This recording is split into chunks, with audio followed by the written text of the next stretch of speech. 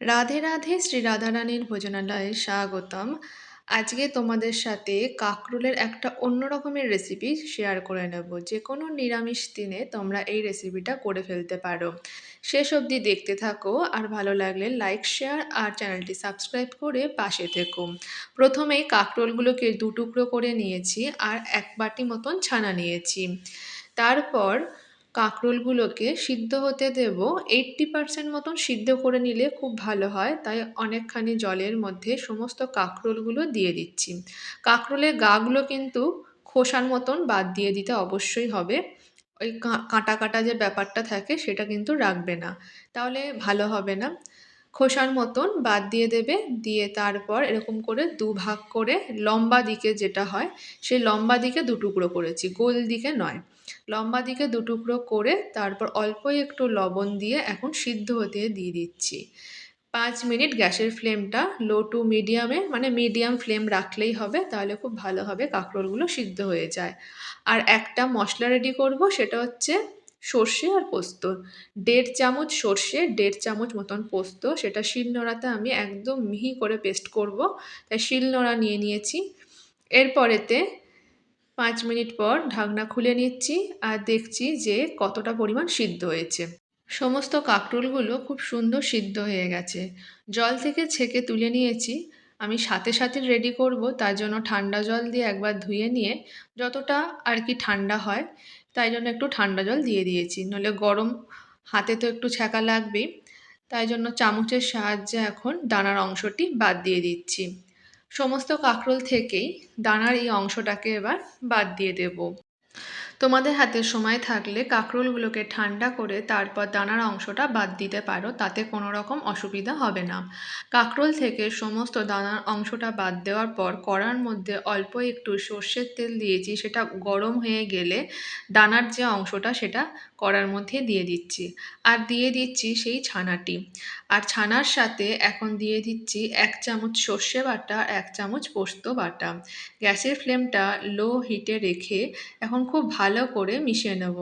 তোমরা চাইলে দানার এই অংশটি বেটেও দিতে পারো, তবে দানার এই অংশটি বেটে দিলে শুকাতে অনেকটা সময় লেগে যায়, তাই জন্য আমি আর বাটিনি।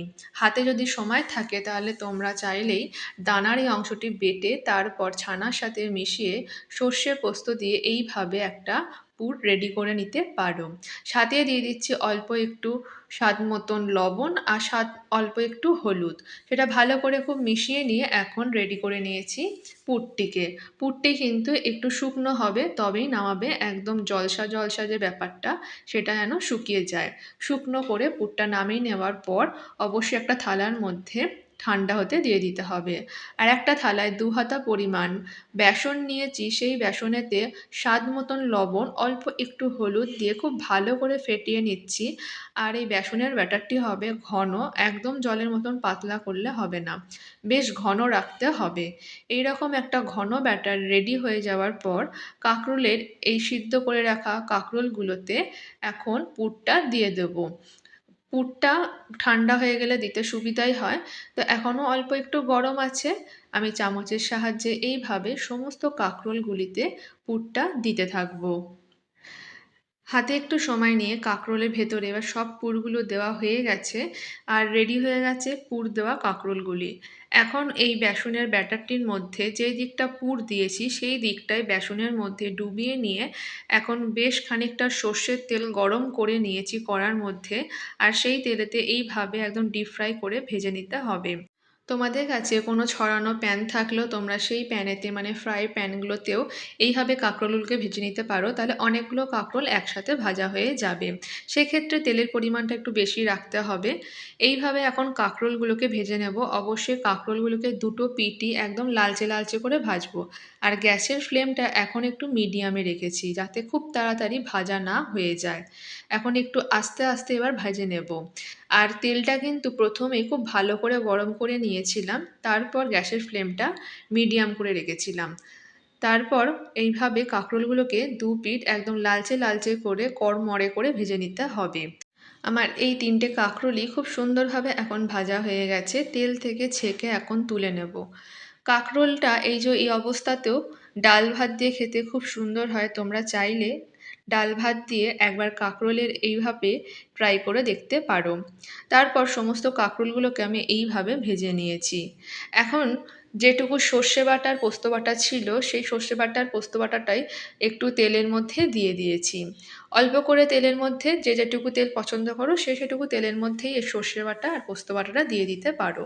আমি বেশি তেলে ব্যবহার করিনি, অল্প একটু তেল দিয়ে সর্ষে বাটা আর পোস্ত বাটা আর একটা টমেটো কুচি দিয়েছিলাম, স্বাদ মতন লবণ আর একটু হলুদ দিয়ে, কাঁচা লঙ্কা দিয়ে এখন অল্প একটু জল দিয়ে দিয়েছি, জলের পরিমাণটা একটু বেশি রেখে এখন সমস্তটা মিশিয়ে নিয়েছি।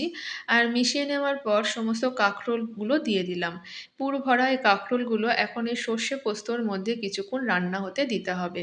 5 মিনিট মতন রান্না হলেই হবে। প্রথমে তো কাঁকরোলগুলোকে সিদ্ধ করেই নিয়েছি আর তারপর ভেজেও নিয়েছি, তাই এখন আর বেশি সময় লাগবে না। এখন শুধু সর্ষে আর পোস্তর মধ্যে একটু ভালোভাবে ফুটিয়ে নিয়ে তারপর নামিয়ে নেব। তাই একটু চাপা দিয়ে দিয়েছিলাম 5 মিনিট মতন, গ্যাসের ফ্লেমটা মিডিয়ামে রেখেই। তারপর 5 মিনিট পর ঢাকনা খুলে নিচ্ছি। আর এবার রেডি হয়ে গেছে আমার এই পুর ভরা কাঁকরোলের রেসিপিটি। পুর ভরা কাঁকরোলের এই রেসিপিটাতে সবার শেষে তোমরা ব্যবহার করতে পারো নারকেল কোড়া কিংবা নারকেলের দুধটা। সেটা দিলেও এই পুর ভরা কাঁকরোলের রেসিপিটা খুব সুন্দর হয়ে থাকে। যেহেতু সর্ষে পোস্ত দিয়ে করেছি তাই নারকেল বাটা কিংবা নারকেলের দুধ যে কোনো কিছু একটা তোমরা দিতে পারো। তারপরেতে কাঁকরোল, এই পুর ভরা কাঁকরোলগুলোকে একটা থালার মধ্যে নামিয়ে নিয়েছি আর দেখো কতটাই সুন্দর হয়েছে। খেতে কিন্তু দুর্দান্ত হয়ে থাকে। ভালো লাগলে অবশ্যই লাইক, শেয়ার আর চ্যানেলটিকে সাবস্ক্রাইব করে পাশে থেকো। রাধে রাধে।